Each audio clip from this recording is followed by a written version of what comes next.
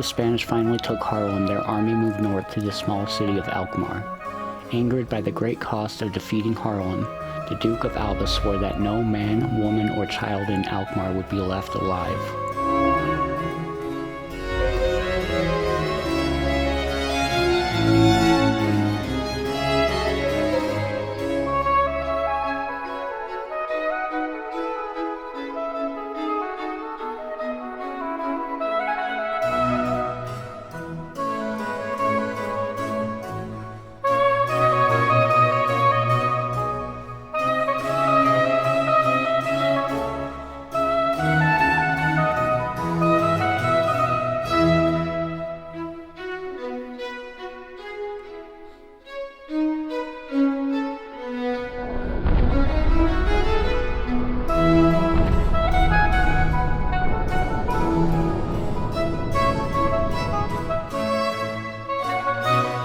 However, the Dutch garrison kept the Spanish at bay, and in October 1573, Orange ordered to breach the dykes surrounding the town. The Spanish army were encamped in the terrain that the dykes were keeping dry. They were forced to lift the siege.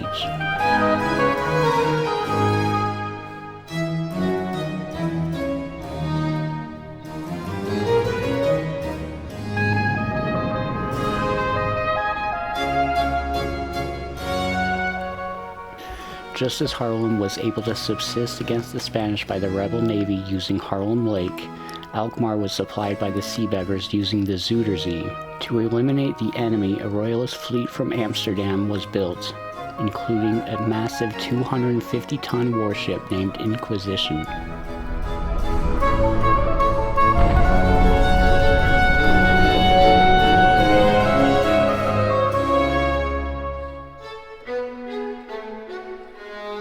When the two fleets engaged on October 11th, the rebels boarded the ship, armed with axes and incendiaries.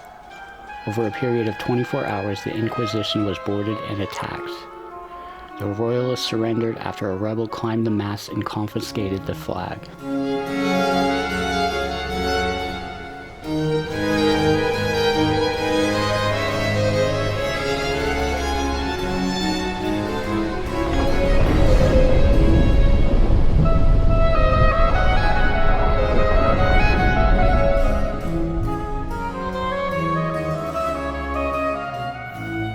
With the string of losses, the Duke of Alba did not want to show his face in public.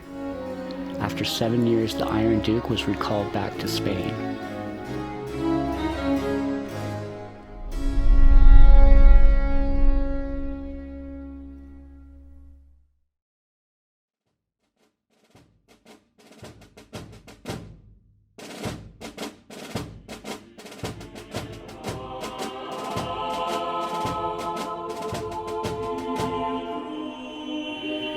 King Philip II replaced Alba with Louis de Requesens. Unlike Alba, Requesens would make attempt to reach agreements for peace if and only if Catholicism was the sole faith in the Netherlands.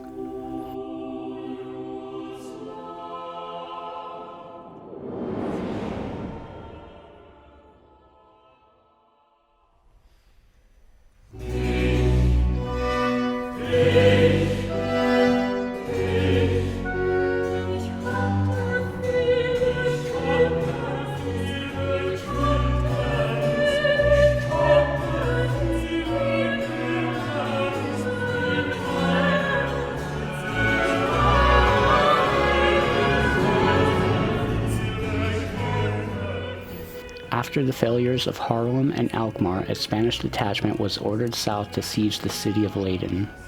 Unlike the port city of Haarlem, the Spanish were able to seal the landlocked city. Though the Dutch garrison were obstinate, it would only be a matter of time before Leiden was starved into submission.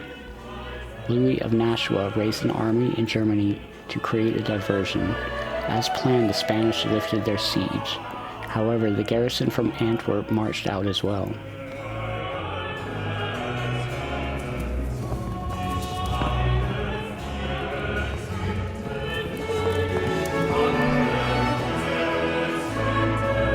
In April 1574, the Battle of Mokerheide took place on the German-Dutch border.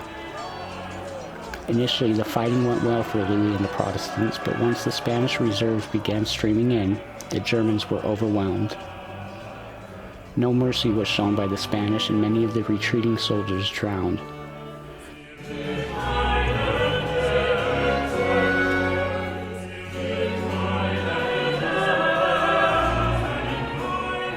Costs of battle hit home for William of Orange. His right-hand man throughout the fight for independence, Louis of Nashua, was slain, but also their youngest sibling as well, Henry of Nashua. Now, 3 out of 4 of William's brothers had perished in the revolt against Philip and the Spanish.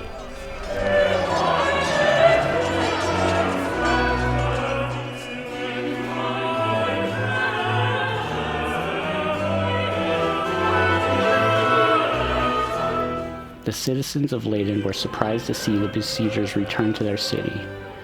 Remarkably, they did not stock up on food and munitions. Regardless, the Dutch did not waver in their fortifications.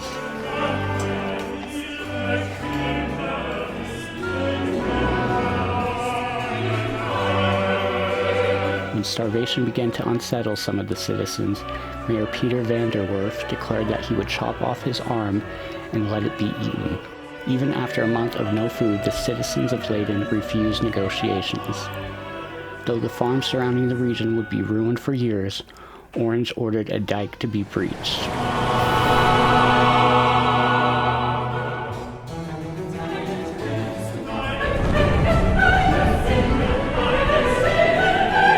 A fleet of 320 flat-bottom boats were constructed by the rebel navy. Atop the sea, the fleet streamed through the carefully breached openings in mid-September.